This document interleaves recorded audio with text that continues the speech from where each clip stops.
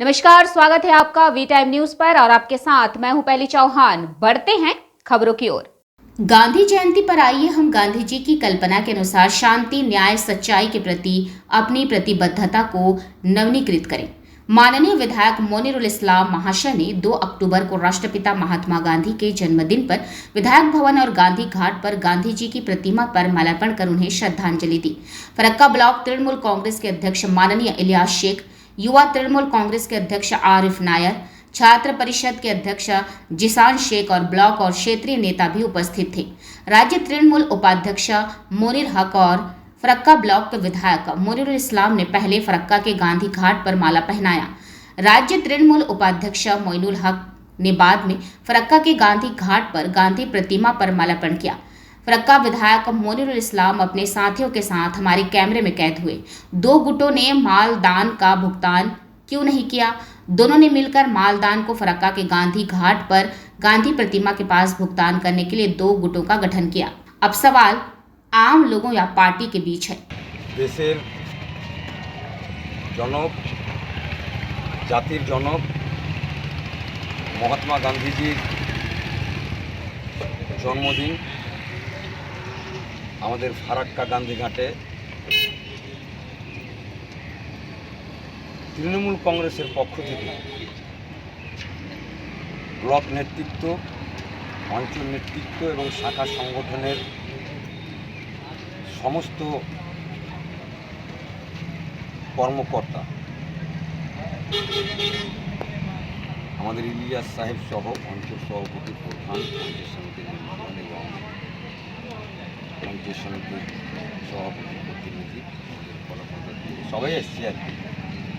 আমাদের গান্ধীজির জন্মদিনের সাথে সাথে আজকে আমাদের লাল বাহাদুর শাস্ত্রীরও জন্মদিন আর কি। এনাকেও আমরা স্মরণ করছি, মনে রেখেছি। যারা দেশের জন্য জান দিয়েছেন, প্রাণ দিয়েছেন, দেশকে স্বাধীন করার জন্য যাদের বলিদান আমরা ভুলতে পারি না আর কি, তাদেরকে আমরা স্মরণ প্রত্যেকবারই করি।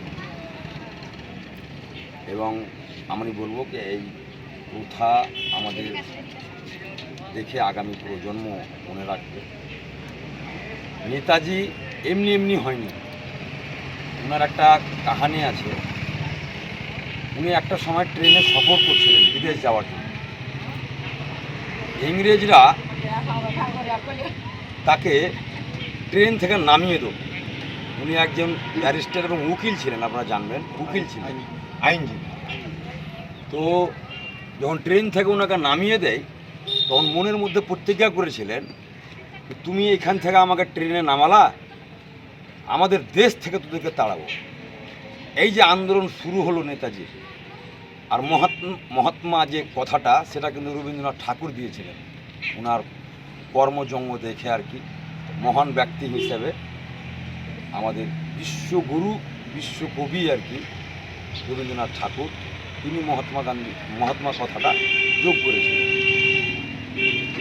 তিনার জন্মদিনে আমরা মাল্যদান করে আমরা নিজেকে ধন্য মনে করছি। এইভাবে আমরা অহিংসার পথে চলে গান্ধীজির দেখানো পথে আমরা যেন চলতে পারি। তার দেশ, তার যে স্বপ্ন যেন আমরা বাস্তবায়িত করতে পারি, এটাই আমাদের লক্ষ্য, উদ্দেশ্য এবং স্বপ্ন হওয়া উচিত আর কি। আজকের দিনে আমরা গান্ধীজির জন্ম পালন করে নিজেকে খুশি মনে করছি, আনন্দিত মনে করছি।